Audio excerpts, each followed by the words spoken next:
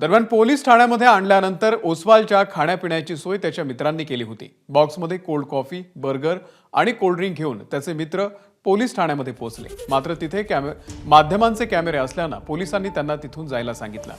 असा प्रकार Porsche car प्रकरणामधल्या आरोपीसोबतही झाला होता।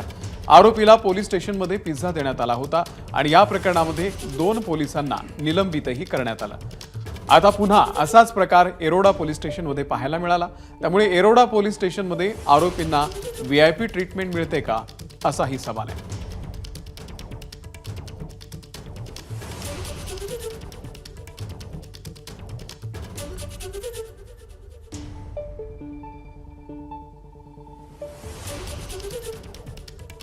मिकी घई आपले प्रतिनिधी या संदर्भातले अपडेट देतील। मिकी,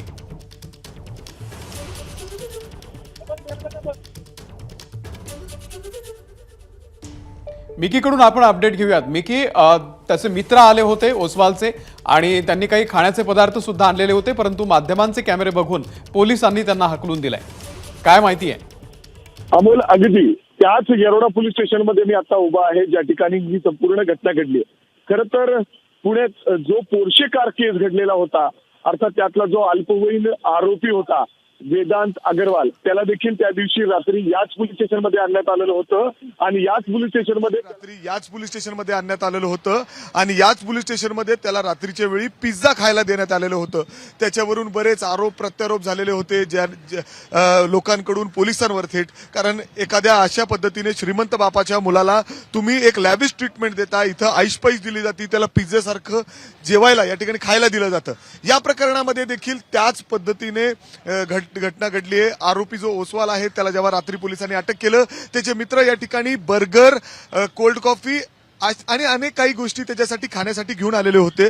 मात्र त्यावेळी पोलिसांनी दक्षता घेतली, त्यांना हा जुनी घटना या ठिकाणी लक्षात होती, कारण त्यांनी इथून थेट त्या जे मित्र या ठिकाणी हे सगळं खाण्याचे पदार्थ घेऊन आलेले होते, बर्गर, कोल्ड कॉफी, त्यांना इथून हटकून लावलेलं आहे आणि सांगितलंय असं काहीही गोष्ट आरोपीला खायला देता येत नाही असं बोलून या ठिकाणी पोलिसांनी काळजी घेतलेली आहे, कुठलीही कारवाई त्यांच्यावर होऊ नये। कारण पोर्शे कारचं केस जेव्हा घडलेलं होतं तेव्हा याच येरोडा पोलीस स्टेशनचे 2 सिनियर ऑफिसर्स या ठिकाणी सस्पेंड करण्यात आलेले होते, कारण त्यांनी वेदांत अग्रवाल जो अल्पवयीन आरोपी होता पोर्शे कार केसमधला, त्याला पिझ्झा खायला दिलेलं होतं आणि त्याच्यानंतर त्यांच्यावर कारवाई झालेली होती। मात्र काल येरोडा पोलीस स्टेशनमध्ये जेव्हा ओसवाल जो आरोपी आहे त्याला या ठिकाणी ठेवण्यात आलेलं होतं, तेव्हा त्याचे मित्र काही खाण्याचे पदार्थ, त्याच्यामध्ये burger, cold coffee, cold drinks हे सगळं होतं।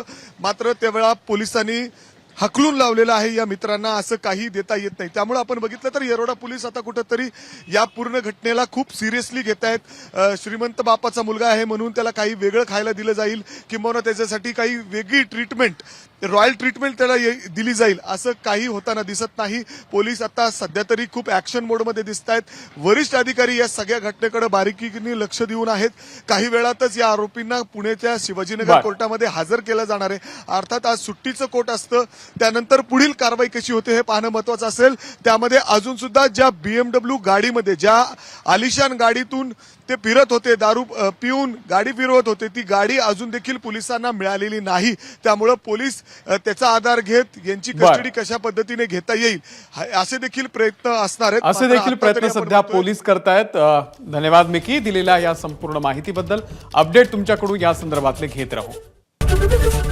एबीपी माझा, उघडा डोळे बघा नीट।